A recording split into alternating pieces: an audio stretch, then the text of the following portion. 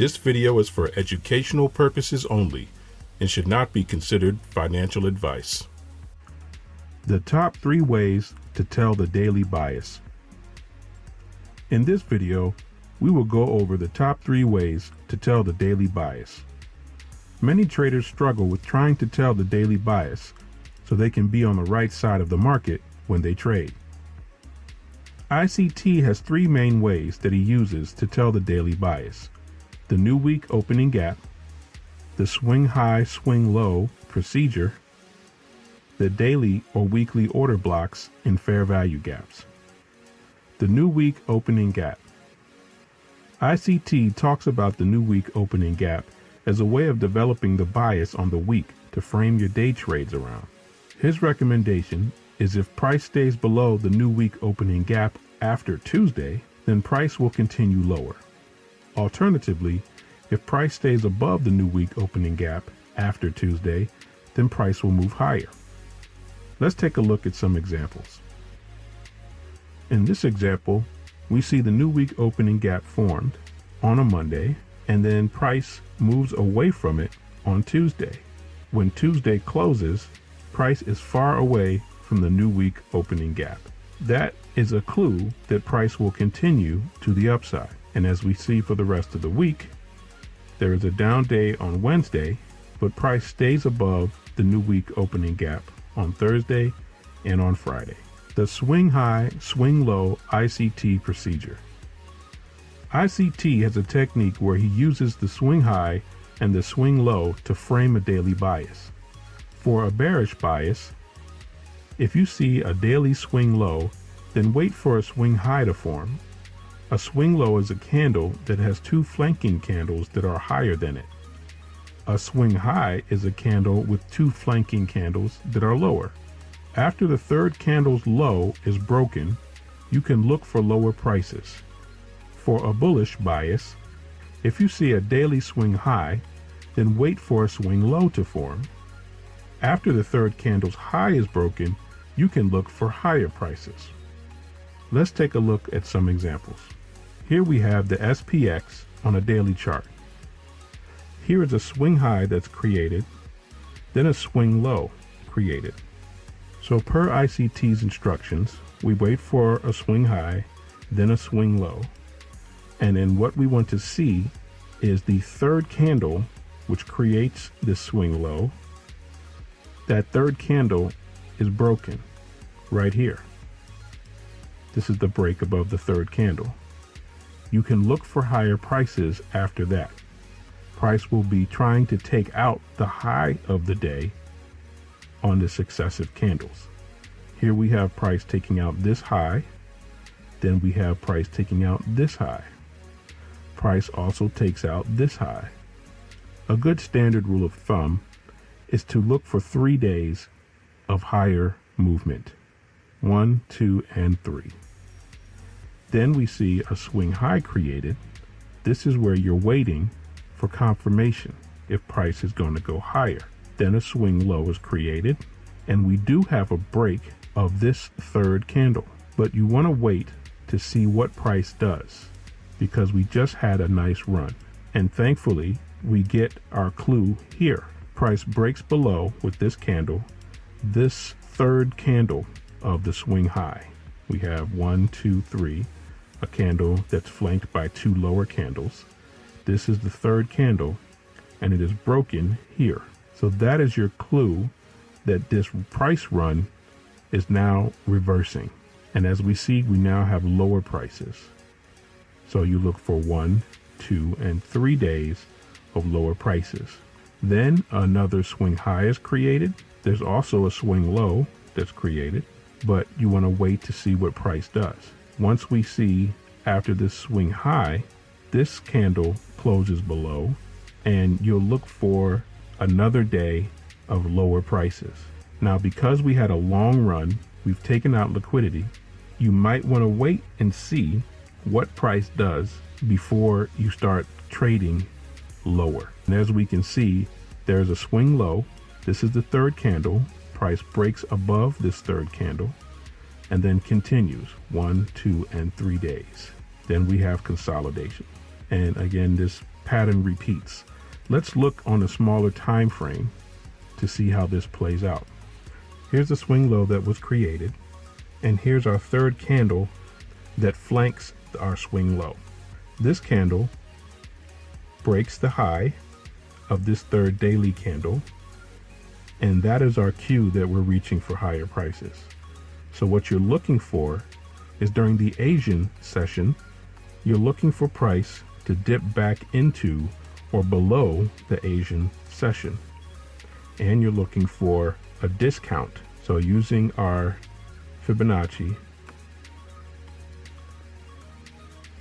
price dips below our PD array into the 50%, the discount, and that is the entry.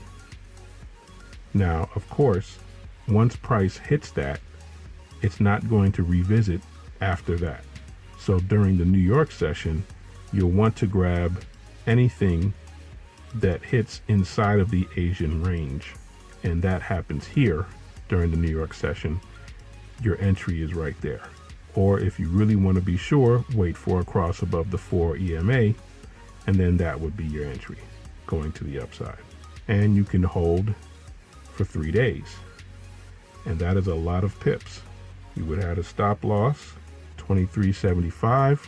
If you just went to the next day, you would get out at 96.02, or if you held for the next day, you could have got out at 10.867. The daily or weekly order blocks inside of fair value gaps. One of the strongest movers for price action is the ICT order block.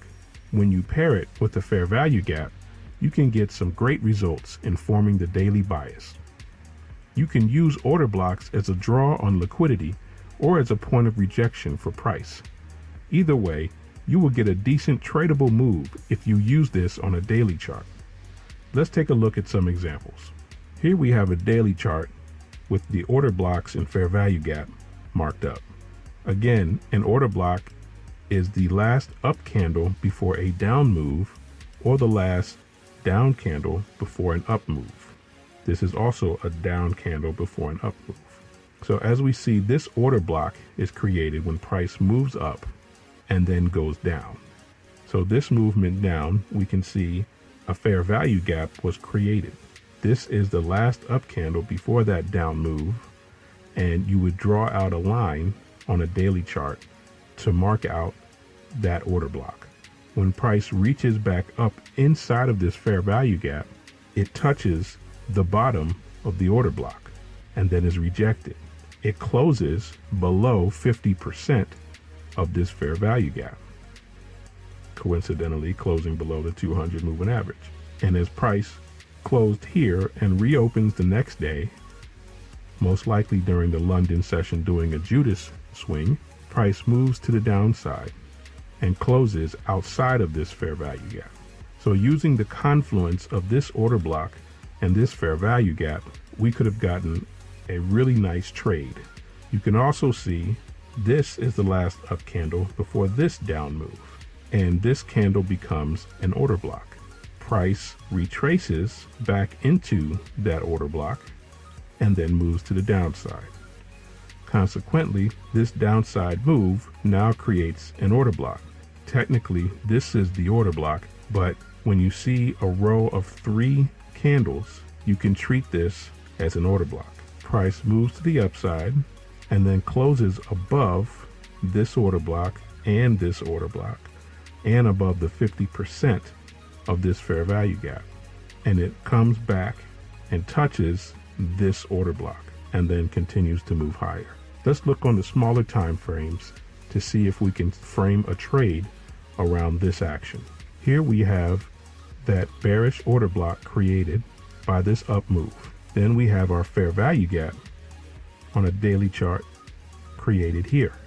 Price moves into this fair value gap, touches that order block, and then moves right back into our fair value gap and then closes below for the day, below the 50% level.